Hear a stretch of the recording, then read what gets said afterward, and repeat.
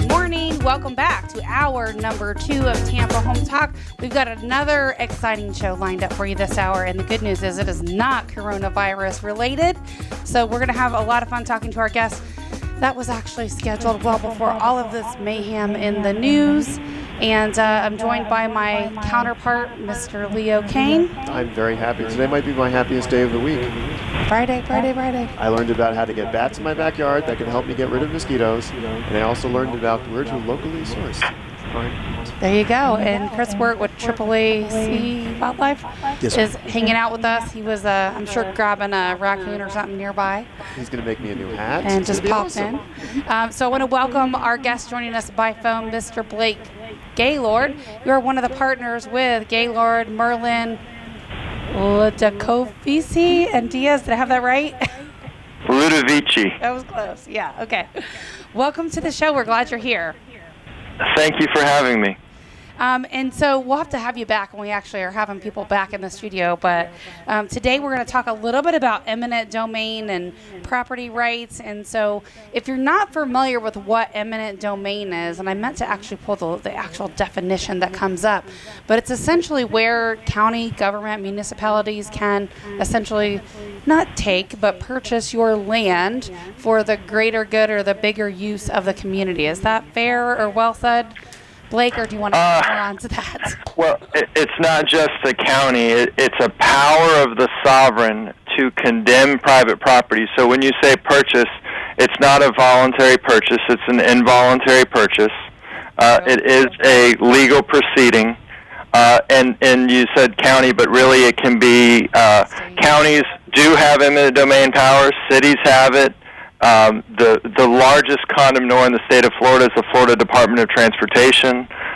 You also have there can be takings for environmental purposes. Swift Mud in our area would be an environmental condemnee. Very large and active condemnor currently in our area is Duke Energy. Gulf Power has a tremendous amount of projects happening in the state of Florida right now. Gas pipelines have affected our area. So there are a lot of people who can take property in the state of Florida. So now, do you represent the consumer on the flip side of that? The ones that are basically their property is being acquired involuntarily. They do have to get paid for it. And I imagine that's where you come in, right? Is what is that fair market? That's exactly right. Okay. Well, it's more than market value. Market value is a part. The Florida Constitution guarantees full compensation. Market value is part of full compensation, but full compensation incorporates more than just market value.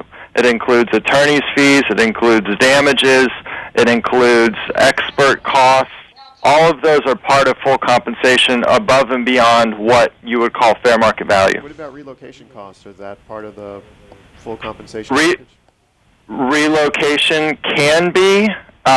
Here's the standard. The standard under the Florida Constitution is that a property owner will be made whole. Now, the reason, if there's federal money involved, there's a federal relocation program, and that's a separate pot of money that a property owner has access to relocate. If there is not federal money involved in a project, then yes, relocation becomes part of full compensation. How does a market like we've been in lately, Blake, where the absorption has been so low, like I mean, we were looking at two months supply of homes. It's really difficult to find a suitable replacement property for someone if their property is being acquired in eminent domain. So how does that work? How does that come into play? Well, a large part of eminent domain is property valuation and appraisal, determining what something's worth. And so you're correct. Appraisal inherently is backwards looking, whereas if someone is having their property involuntarily taken from them, clearly they have not chosen to sell. Right. Most people would choose to sell at an optimal market. A lot of people would say, well, this is a pretty optimal market, and that's the case. But some people would say, well, one of the things that's being taken from me in an eminent domain case is the right to hold on to my property and sell it when I want to sell it. And so one of the things that we have to do in eminent domain is look forward. Now, this is most prevalent when it comes to the condemnation of single-family homes, which happens fairly frequently. We've just got done with one large project in Ocala. 35th Street is an example. There's some stuff happening in Polk County right now where single-family homes are being taken. If the government is taking a single-family home in its entirety, if you look back 6 months and you're looking at what values are there, and then you say, well, this person needs to move right now, and there's nothing available at the prices that things were selling for 6 months ago. And so that has to be taken into account. So I guess I have a lot of questions, but when you think about full compensation and buying a suitable replacement property, and of course you don't have to share any names because of attorney-client privilege, but let's imagine for a moment someone has this single-family home. It's on, 10 acres, 20 acres, whatever, and you're looking for a suitable replacement property, and you're looking at, and also what's an example of damages, because I heard you mention that, but that's very much an attorney word, so I'd like to break that down in the most lay term possible. But what does that look like? How do you determine, we can use some approximate or ballpark numbers, but let's say someone gets a full appraised value, and I'd be curious to know what type of appraisal they use, and that valuation has come in at, let's just say $250,000. But to buy a replacement property like that one with the same amount of land, now you're looking at maybe moving into a location that's less desirable in terms of commute, or it's maybe now to buy a replacement property, it's they valued it at $250, but it's going to cost you $350 to buy a suitable replacement property. Can you walk us through what that looks like and what your part is? And I'd love to talk through some of the steps in the process as well, but can you just give me an example on how that might play out? Sure. Well, let me start with the issue of damages. A taking can be a whole taking, meaning that they take your entire property and everything upon it. Or it can be a partial taking, which means that maybe if you're on a busy road and they're taking 10 feet of your front yard. If they only take 10 feet of your front yard, then the condemning authority is what we call it, whether it's a city, county, state. The condemning authority has to pay you for the dirt that they take. They have to pay you for any improvements upon the dirt that they're taking, and then they have to pay you for any damage or loss in value to your remaining property that's caused by the 10-foot strip that they're taking. Now, in a lot of cases, let's say you live on a 2-lane road, the county is taking and building 2 more lanes and making it into a 4-lane road. Well, your house didn't go anywhere. But right. The road changed such that the location of your home changed. And so we call that a change in location damage. And typically when it comes to residential real estate, people would prefer to live on quieter roads. Right. People aren't looking to live on really busy roads. They prefer to live on quiet roads. If you lived on a quiet road before and after you live on a very busy, widened road with a median in it, that can affect the value of your remaining property. And so that's what we call damages. It will absolutely affect your value. Definitely. People like cul-de-sacs. Yeah, we look at the flip side to that. It will definitely affect your value. One of the questions I have is, let's say, what if it's an older property, right? And in your same scenario, it's a 2-lane highway. They're going to build a 4 or 6-lane highway. And let's say now you're going to hear crazy road noise and traffic that you didn't hear before because they acquired 10 or 15 feet. And let's say you have older windows, right, that are not keeping out the sound. Would that be something that would also be included in the damages? They can be. Okay. How hard is it to? Called a cost to cure. You can cure your costs. So as part of your damages, one of the ways to estimate your damages is to say, well, you've added more traffic to my front door. I need these new windows. The new windows are going to cost me $30,000 to put in. So then, yes, that becomes part of your estimation of damages. Now, that we may recover that $30,000 for those new windows for an owner. The owner doesn't have any obligation to put those new windows in, but we use that to estimate their damage. And so so that's one of the ways to estimate damage is by saying a cost to cure. Another example would be, let's say your front yard's being compressed. Hold that thought, because we do have to roll to a commercial break really quick. 813-377-2775, 813-377-2777. That's our off-air number. If you got a text for Blake or a question, send it in. Hold that thought, Blake. Don't lose it. We'll be back here on Tampa Home Talk in just a moment, so stick around.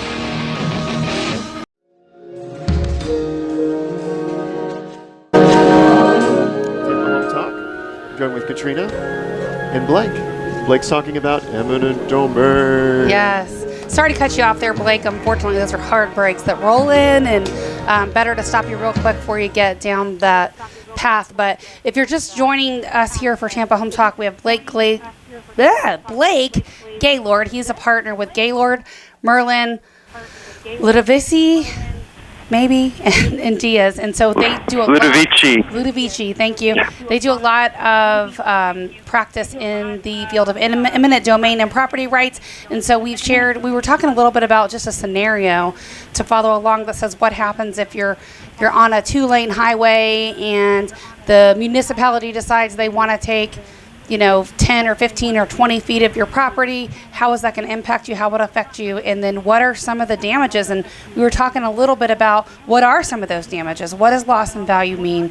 What are some of the different ways that you have to be fully compensated, as Blake mentioned? And you were gonna share an additional thought right before the break, Blake. Sure. One of the fundamental things, like you said, quiet enjoyment, windows. One of the fundamental things of owning property is getting in and out of that property. An example that I'm currently working on has to do with the driveway. Front yard is compressed in a residential home, so such that the driveway, they won't be able to get more than one car in, and they'll have to back out into a street. Well, that's not going to work. So one of the ways we estimate the damages is how to install now a U-shaped drive, the cost of installing a U-shaped drive to help them with ingress and egress into their home. And so that's an example of mitigating the damage caused by the compression and not being able to get in and out of your house. And another thing has to do with safety. Sometimes you have to redo the landscaping. You want to buffer that noise. No one wants to live in it, or most people don't want to live in a compound, and so you don't want to build a big wall up, but you can use landscaping, and that can buffer the sound and noise. We work with a lot of churches. That's a common problem with the church. When a road is widened in front of a church, comes into their parking lot, they certainly don't want to be walled off from the community, but they also want their patrons to be safe. And so that's another example of estimating damages by curing, and we always call it, it's never a full cure, it's a partial cure. So when there's a partial cure, there's still, in most cases, residual damage to the property caused by the taking. Got it. So I imagine the list of damages could really go on and on and on. There's probably a billion examples you could give that people might not think about, and that's your job. That's right. As an eminent domain attorney, is to think through some of those things and how that person would be impacted if it's a partial taking, especially, right? That's exactly right. And so, well, if it's a full taking, they take the whole thing, they buy the whole piece of property, and the owner's left with nothing. If it's a partial taking, the owner's left holding the bag. And so some of these examples, it's not only roads. In a lot of cases, for example, it's a power line. It's a gas pipeline. It's some form of easement. An easement means that a public body is taking the right to use a portion of your property. And so we use a lot of buffering, things like that to cure those. But again, if you had a property with no gas line, and then you have a property with a gas line, generally speaking, the market would pay more for a property without a gas line on it than they would with a gas line. And so, you're correct about that, Blake. I mean, I can remember a property I had not too long ago that had power lines in the back, and I will tell you about 30 to 35% of the people that came through and looked at it elected not to even consider it because of the power lines being in the backyard. That's an example. So that's happening right now in Hillsborough County, out off of 5441 area, Lake Paget Estates, Duke Energy is working there, also up in Zephyr Hills. And so Duke Energy is putting 230 kV monopoles on property that didn't have power lines before. Now, the first question people say is, can I stop them from putting these power lines on my property? And generally speaking, our answer is they have the power to do this. If they exercise that power correctly, then you cannot stop them from doing it because they have the power. Now, there are ways that we can look at to make sure, but generally speaking, a power company is a sophisticated organization that's going to do it correctly. Right. They're not going to try to pull something off that they can't get away with. So there have been circumstances where we've stopped takings, but we always tell people you should understand that they have this power, and most likely you won't be able to stop it. So the next question is, well, what can I do about it? And then you can hire an attorney, obviously, and figure out what is the difference in the value of your property with the power line versus without it. And that difference between your before and after is what we've been talking about as damages. So all of those things. And you're right, 35% is about the damage. Yeah. I mean, we see that because we measure everything. So we look at the number of people that are coming through, how many people would dismiss that home based on, just when they get there. Obviously, the photos and everything are amazing. We're not highlighting or showcasing the power lines. I mean, it's obviously a detriment, but you can see it when you get there. So, I mean, a lot of people, just would elect to not purchase the home because of that. So that means ultimately, not only do you have a smaller buyer pool, but also the price you're going to get for it will end up, in fact, being less. We see this even on roads where you can hear some traffic. I've sold stuff in West Chase, and if it's too close to line ball or the backyard is there, it will affect the value. Definitely. That's right.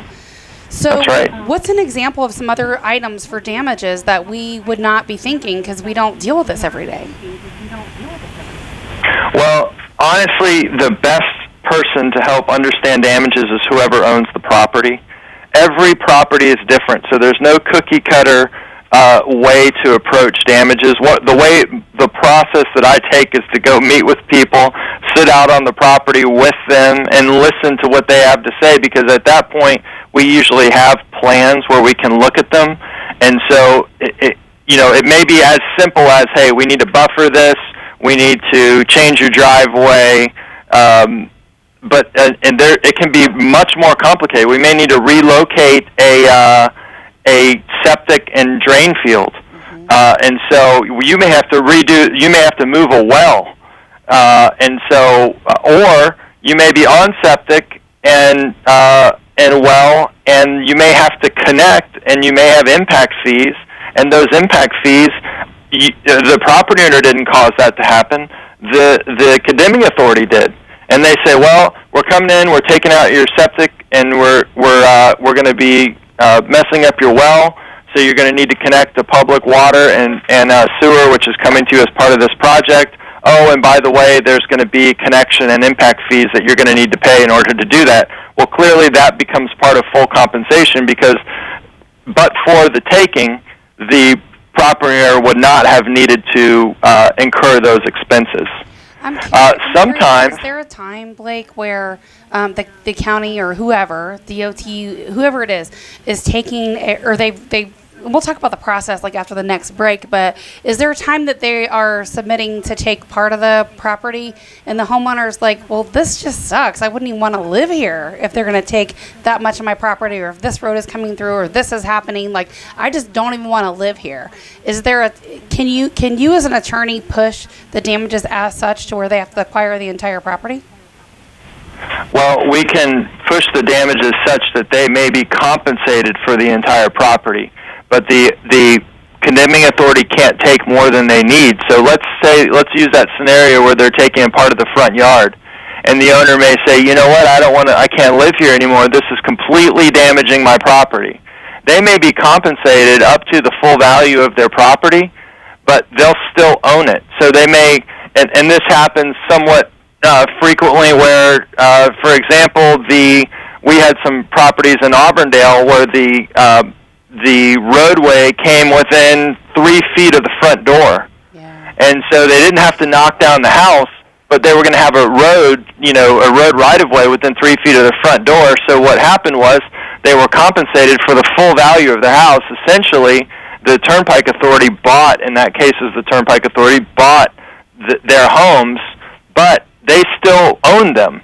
And so they were able to knock down the homes, combine the property, and so they still own the property, but they were paid for their entire home. Yeah. Does that make sense? It does, yeah. And I think a lot of people, I mean, I can imagine, like, imagine your home. It's a whole process that a buyer goes through to even choose the right home. And then, every buyer almost, when they buy a property, they feel like they're going to live there forever or for an extended period of time, which doesn't always happen. And even if they wanted to, and something like this happens, it can certainly kind of rearrange their thought process to where they don't even want to live there. I mean, I could totally see that happening. And so when we come back after the break, Blake, I would love to talk a little bit more about the process. If you could tell me how it starts, like, does it start with a letter in the mail? What does that letter say? What is that process? How long do people try to combat it on their own? I have so many questions. So we're going to have a lot of fun as we come back after this break. If you've got questions for Blake, you can call or text 813-377-2775. 813-377-2775. Call or text your eminent domain questions. We'll be back with Blake Gaylord in just a moment.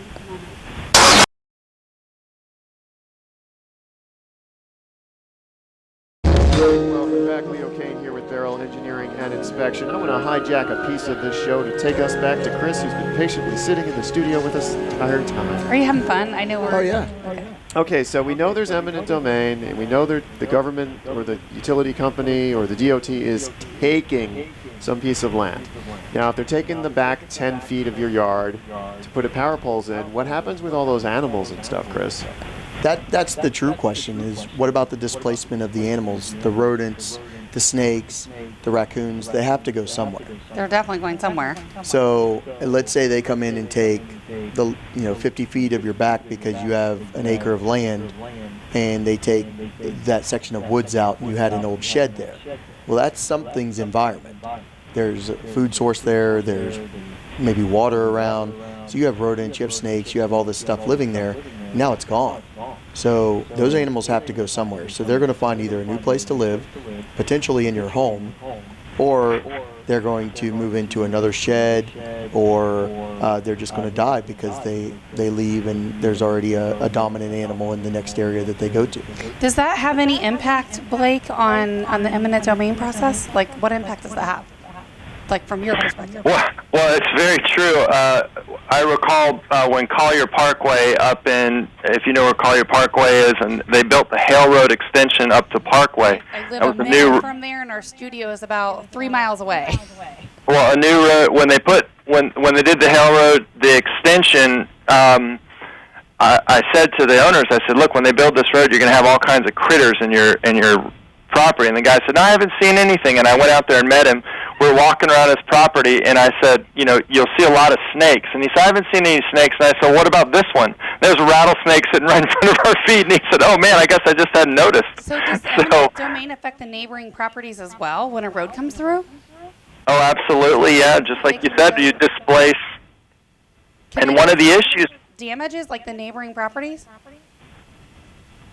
No, Florida is not we are a taking state and not a damage state. What that means is, in order to recover damages, you must have property taken or must have an interest taken.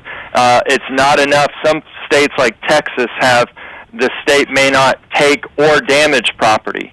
And so because Florida is a pure taking state, you must show a taking to recover compensation.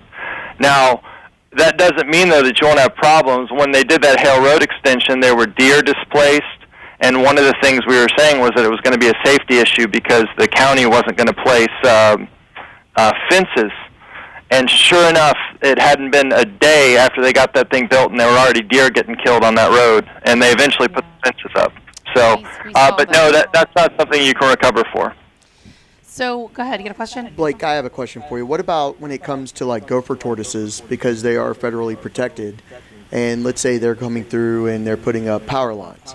Obviously, they have to have a biologist come in, They have to remove that tortoise legally because they're federally protected, and then that becomes another cost. Now, is that cost accrued to the homeowner, or would the agency that's moving those power lines in and things like that cover that cost?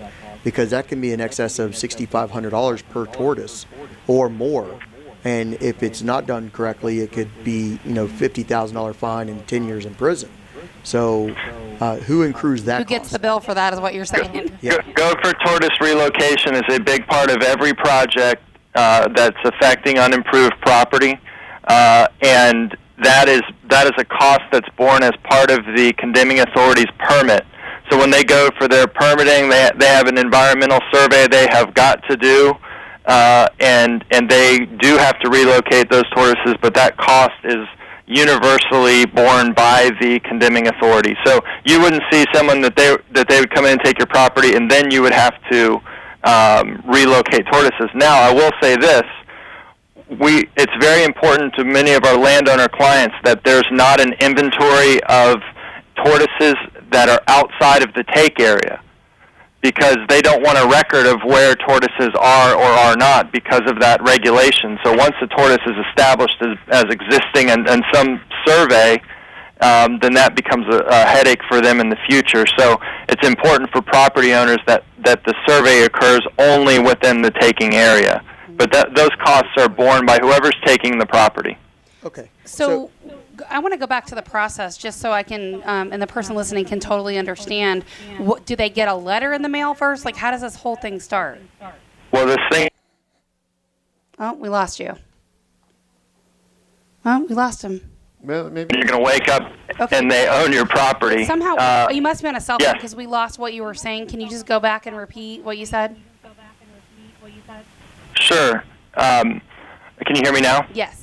Yes, he's on the air. He's fine. Okay.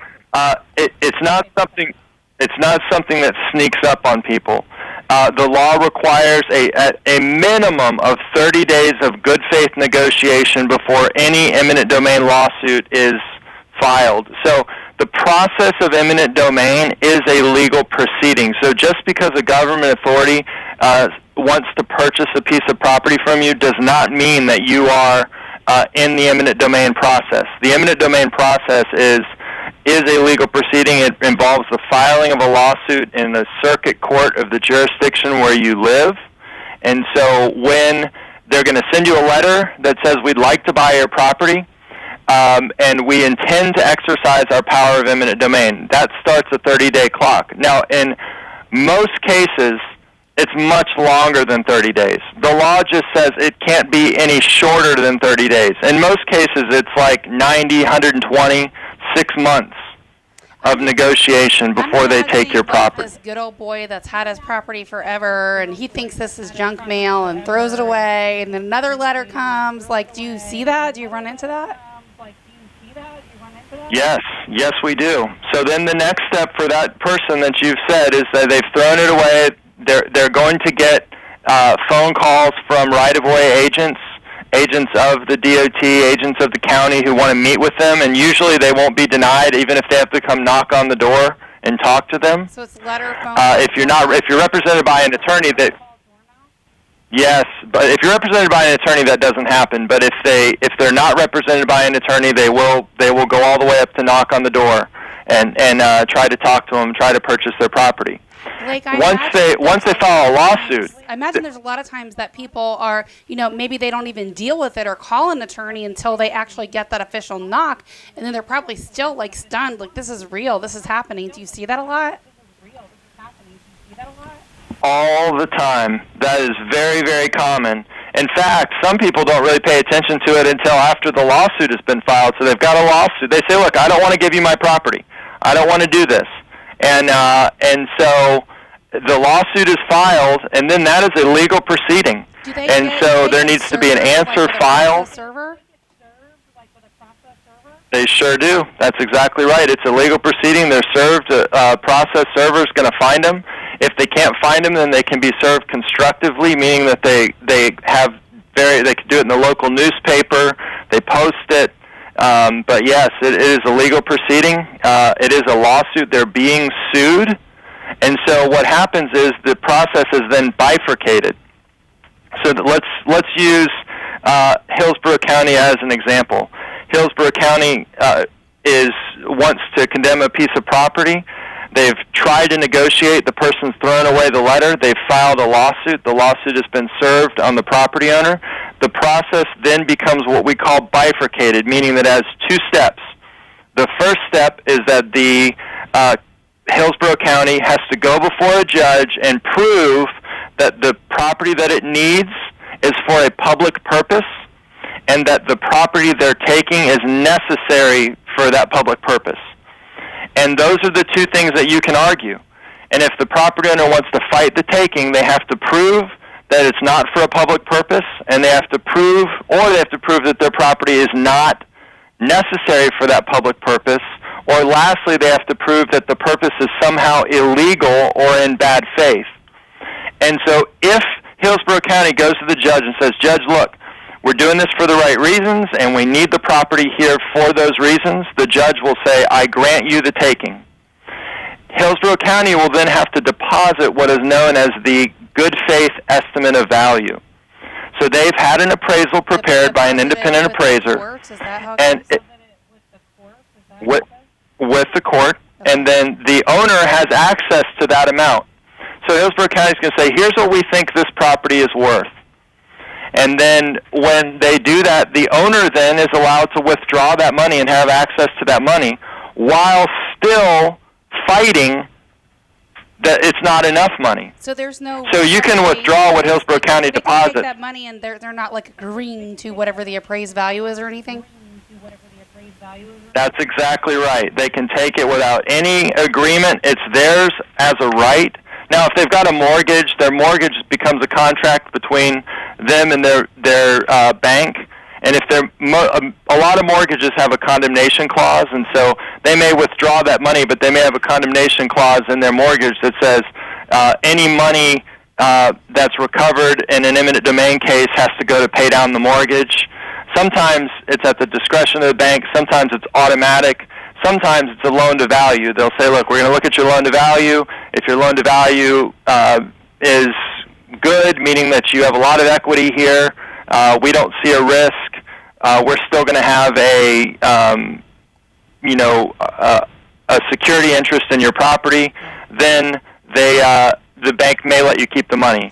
Those mortgages that's are the about deposit. a 16-page contract, and so we know that nobody ever reads those. We've done entire shows on what is in that contract, including exactly what you're talking about. So it's important that you at least know what's in there. But yes, that clause is definitely in every mortgage. Oh yeah, people get surprised. It's condemnation clause and insurance proceeds clauses always sneak up on people. What do you mean I have to give the insurance proceeds to the bank? So that's the first part. Okay, go ahead. And then the second part is the compensation trial. And in an eminent domain case, the final amount of compensation is not determined by a judge or by Hillsborough County. It's determined by 12 jurors. What's really interesting about that is there are 12 jurors in only two kinds of cases in the state of Florida. The first is capital murder. If you killed someone and you're on trial for your life, you get 12 jurors. If your property is being taken, you also get 12 jurors. All other cases involve 6 jurors. That's good. So you have 12 jurors. Great. I'd love to hear that. It is good. I didn't know about that. It's what we call a leavening effect. 12 jurors, essentially 12 of your peers determine what your property should be, and that's where having a good lawyer comes in, because you're making your case of what is your property worth, what is it going to take. The fundamental question in any compensation trial is, what is it going to take to make this property owner whole? In most cases, Hillsborough County would probably come in and say, look, hey, this case is all about fair market value. Whereas a property attorney's... Blake, hold that Yes. thought because our music is rolling and we do have to take another break. So we'll be back. This is Tampa Home Talk. Stick around. Welcome. This is Tampa Home Talk, and I did not give out our off-air number last segment. 813-377-2775. That's 813-377-2775. You've been so talkative this morning. I just I'm riveted. I'm glued to my seat. Yeah, if you got a question about eminent domain, or you know someone that does, or if you've gotten a letter, a call, or an infamous knock, you can call or text us at 813-377-2775. We'll get you connected to Blake Gaylord to help you out with this eminent domain process. Again, 813-377-2775. And so we're quickly approaching the top of the hour here, Blake, which means we're running out of time. But you said, where do we leave off? Can we just backtrack for a moment with the part 2 and kind of dive back into where we were? Sure. The part 2 is the compensation trial, and that's where lawyers from, in this case, our hypothetical case, Hillsborough County, and the property owner will make a case to 12 jurors, and Hillsborough County will typically say, well, look, it's market value, and this is pretty simple, whereas we will sit down and say, look, here's what it's going to take to make this property owner whole in this case. And so ultimately the case comes down to who makes a better case for the value in front of the jury, and then the jury will go and decide. And it's really not a case that's decided by appraisers. It's the eminent domain case, all 12 of those jurors become appraisers, and they use the information that the attorneys give them in a trial to come up with what a property owner is owed in an eminent domain case. Well, it's interesting you say there's 12 jurors for an eminent domain case and there's 12 jurors for a murder case. I had no idea there was only 6 jurors for these other cases. Do you get hung juries, or do you get people that like don't agree, or like do you ever get a jury? It's like how can they even take the property? I've never heard of this eminent domain stuff. Well, so what tends to happen is hung juries in eminent domain case are not common. What happens, because unlike liberty, where they're deciding whether someone's going to live or die or go to, at the end of the day, an eminent domain case is about money, and so the judge will usually tell them they need to compromise on a value. But what this means is that we may convince 11 jurors that they should pay our property owner exactly what we're asking for. But if we don't get that 12th one, the 12th juror can drag everybody else down, and we may not get exactly what we want. So you have to convince all 12 people, and it works the opposite way as well. Hillsborough County may convince 11 jurors that we're wrong, but we convince one person, and that one person may bring the case up. And so when we talk about having a leavening effect, the reality is in most cases, some of the people like one side, some of the people like the other, and some of the people are kind of in the middle. And so they ultimately reach a compromise verdict in virtually every case. Wow. I mean, this is just, I could probably literally keep you on for another hour with questions, and I would just totally love to experience that and watch it. I don't know if it's ever open, but it would be interesting just to see, because I'm so... They're open to the public. Yeah, I'm so pro property rights, right? So I would totally be intrigued by that. All right, give us just a rogue story. Like, give us something, just a wild something you've seen in your years of practice in eminent domain. Well, some of our craziest stories happen with these gas pipelines.